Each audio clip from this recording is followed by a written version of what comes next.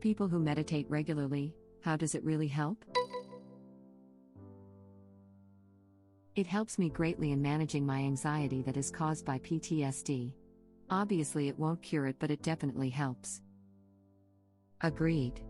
I used to struggle to fall asleep and then wake up panicked multiple times in the night. I'd have racing thoughts all night long. With a guided meditation every night, I fall asleep in minutes and only wake up occasionally when I have to pee. Even on the rare occasions where I have nightmares that wake me up in a panic, doing body scan mediation and breathing can get me calm and back to sleep in minutes. Similar, I was very anxious during my pregnancy. For the first time in my life, I had trouble falling asleep. Starting listening to a simple guided body scan meditation, just something I found on my music streaming service, each night, and most nights I fell asleep before it finished. I should probably have sought out counseling too, though. I wonder if it could help me with my anxiety attacks around thunderstorms. I use an app called Insight Timer, and there are other noise apps that have rain sounds and things like that. YouTube also has a plethora of meditations if you need a good way to block out thunderstorms. The loud wind and the house shaking scares me during thunderstorms, and I can deal with it pretty well with my headphones on while under a couple of blankets. Lol, that's how I already deal with it, and that's what gives me the anxiety, the house shaking part. Not to be the have you considered a bidet guy, but I wonder if a weighted blanket might help. Zen monk/priest here. I can only speak to the style of meditation I do. It's called Zazen, Japanese for sitting Zen, or Shikantaza, Japanese for just sitting. I began meditating, we call it sitting, because of some serious crap going on in life. Most people come to meditation for this reason. I, like many, believed meditation is to clear the thoughts, feelings and emotions that I had. It took me quite some time to realize sitting is not about this. Rather, it is realizing that just like the stomach digests food, the brain digests reality. We got to plan our day, follow recipes, study, budget, and all the other tasks life has for us. The conditions in life are what give rise to the specific thoughts that arise. For instance, thoughts about someone who recently died are arising more lately. Last week this time they rarely were crossing my mind. Whatever is going on in life are right the conditions for the thoughts we're having. Like warmth, moisture and darkness are the conditions for a seed to sprout. Again, the brain is digesting reality. In this way, sitting is about experiencing that thoughts arise on their own and also go away on their own. That's not to say they won't return. We also experience that thoughts go away on their own without having to act or speak on them. Usually if someone is angered and have angry thoughts, it is not a pleasant feeling. So they take action to try to alleviate that feeling by acting or speaking out. Sitting is an opportunity to feel and think anything really and just deal with the feelings and thoughts too. Here are a few recs. The Feeling Buddha, by David Brazier, written by a psychotherapist. An unorthodox view of Zen.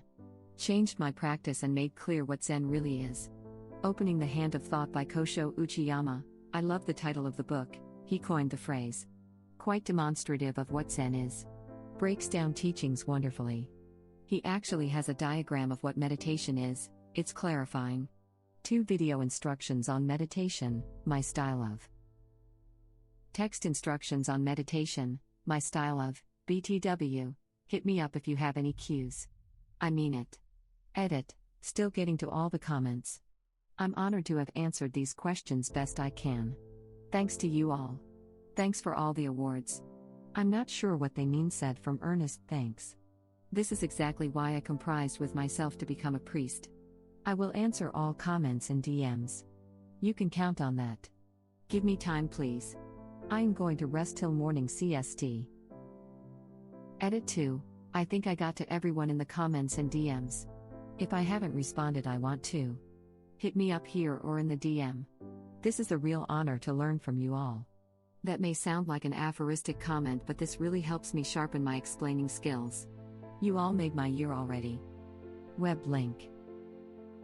I have obsessive-compulsive disorder, and it's something that makes meditation very difficult. I've tried for extended periods many times but finds it never works. My brain is just so loud with obsessive and intrusive thoughts. I was wondering if you had any insight on this. I feel meditation can still help, but I need a different approach. As someone with OCD and ADHD, could I suggest a different type of meditation? Sitting is not the only way. I spent years studying and practicing Shaolin Kung Fu, and part of my daily practice was Gong and Taiji.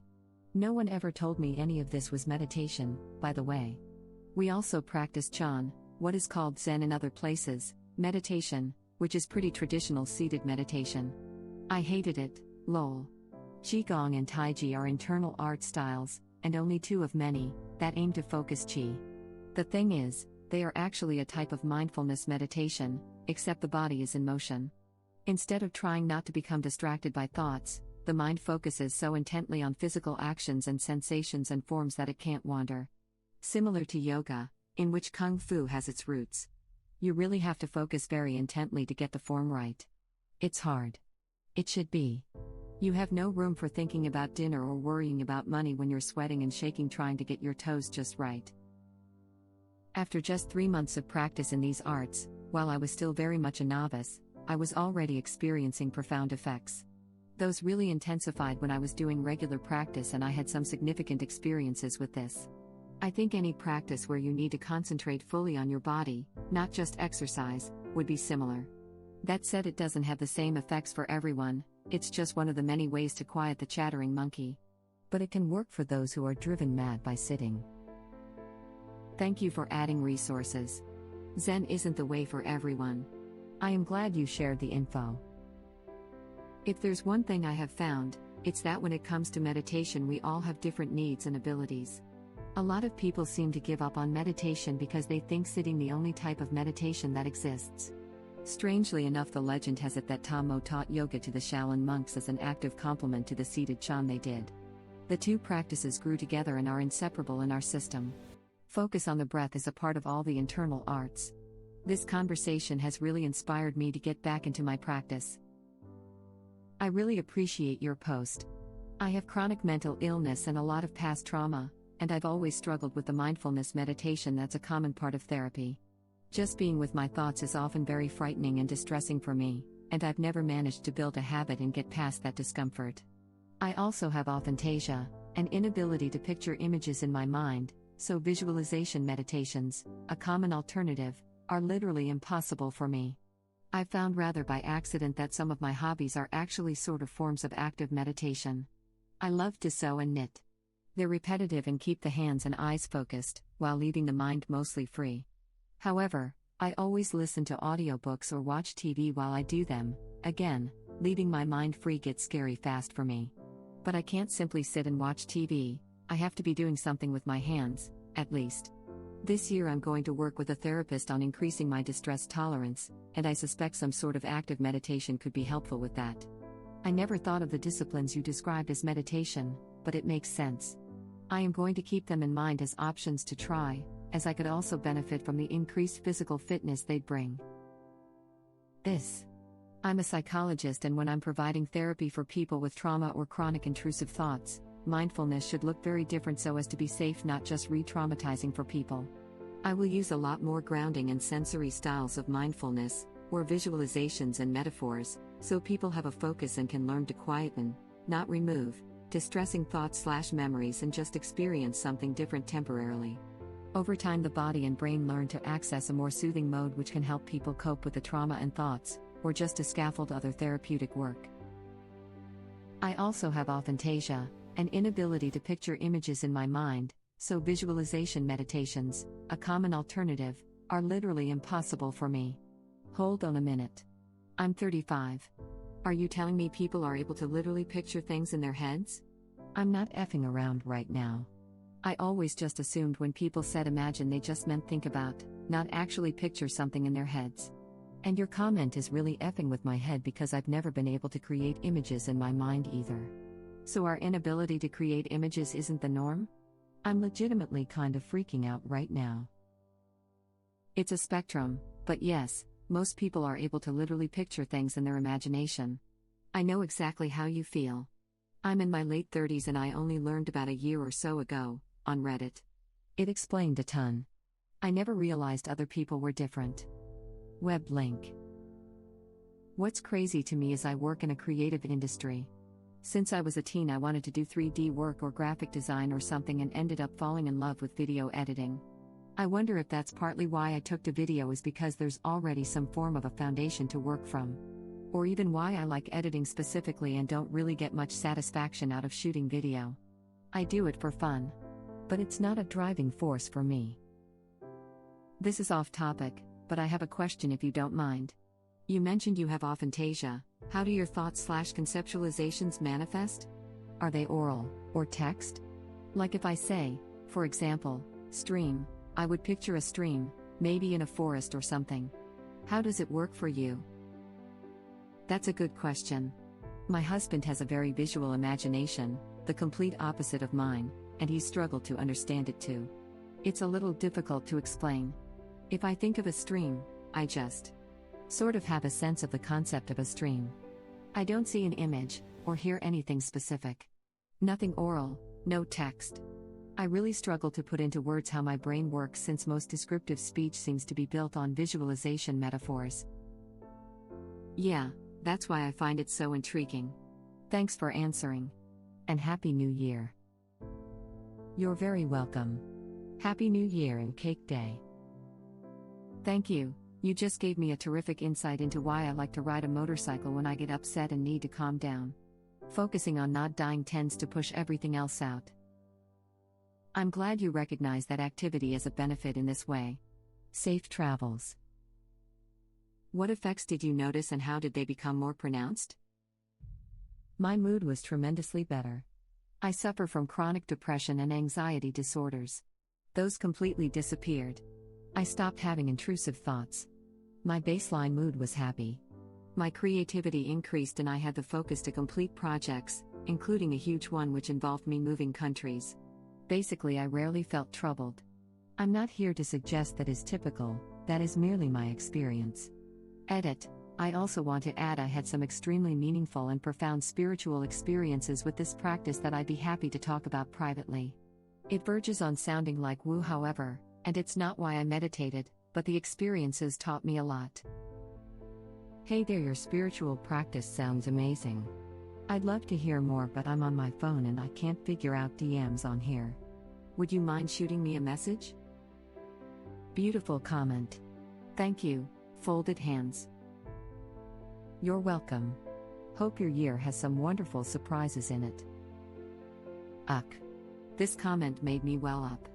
This is beautiful. You reminded me how I felt when I meditated, and that recollection nudged me off my own mental shelf. 9/10, and not just because I copy/paste/printed/pinned this. Nudged me off my own mental shelf, well said. Cheers to the unexpected. Thank you for the write-up. As someone who's just starting Buddhist practice, do you have any good recs on YouTube for lay Buddhism practices and philosophies? Edit. Thank you everyone for the recommendations. Got a lot to try and study now. Phew, let's see. I don't know of any YouTube channels, but I can point you to a few teachers that may have a presence online. Taigen Dan Leiden Shohaku Okamura Isho Fujita, he's got a great series on Zazen in the number 28. I do listen to a few Zen podcasts. Below is a small Zen basic stock I made. Feel free to hit me up with any cues. Edit. Added a link, web link. This was exactly what I needed to find, and came to me exactly when it was supposed to come. Thank you so much. Saved. Thank you. Well said. It changed my life, got me back to somewhere I could function as a better person. I felt a little silly when I started doing it, but it was a great decision. It got me back to a functioning mindset as well. There's a mindfulness technique I practice which sort of falls in the meditation area, where I ponder over and observe that day's activities, work, home, sports, recreation, whatever, and consciously choose not to rate or qualify them in terms of how each one, success, failure, setback, progress, excitement, sadness, joy, etc., impacted me over the course of the day, few days past. Yes, I file exceptional memories somewhere special, but for essentially everything else, it's looked at, maybe analyzed, this gets tricky, and then released. Really released, detached from meaning, and made a part of the stream of experience of life. No significance whatsoever. This is not to say I don't enjoy doing things, participating at my job, or in relationships with family or neighbors, or being in nature, or accomplishing a mundane task. Rather, it helps me be much more present when they're actually happening, because I know there really is nothing of importance going on. It's just being there, and allowing the being to happen without attaching unnecessary qualifications to the interactions. They just happen as they will, with each step guided by my own actions, where there are actions to be taken, which isn't always beginning and ending. This is not something I consciously thought about or practiced, in all honesty. It's more of a connection I found with some meditative practices when I checked them out 30 years ago in college after a comparative religions course. It sort of clicked that there's value to my own psyche to keep that detached nature, be mindful, and avoid overthinking things. Self-reflection, which is what this is, emo, is really important, but it can cause many issues also. I think you independently discovered the Sedona method. Read. For me, meditating was an effort to cope with the anxiety of a life-threatening illness, and lower my blood pressure.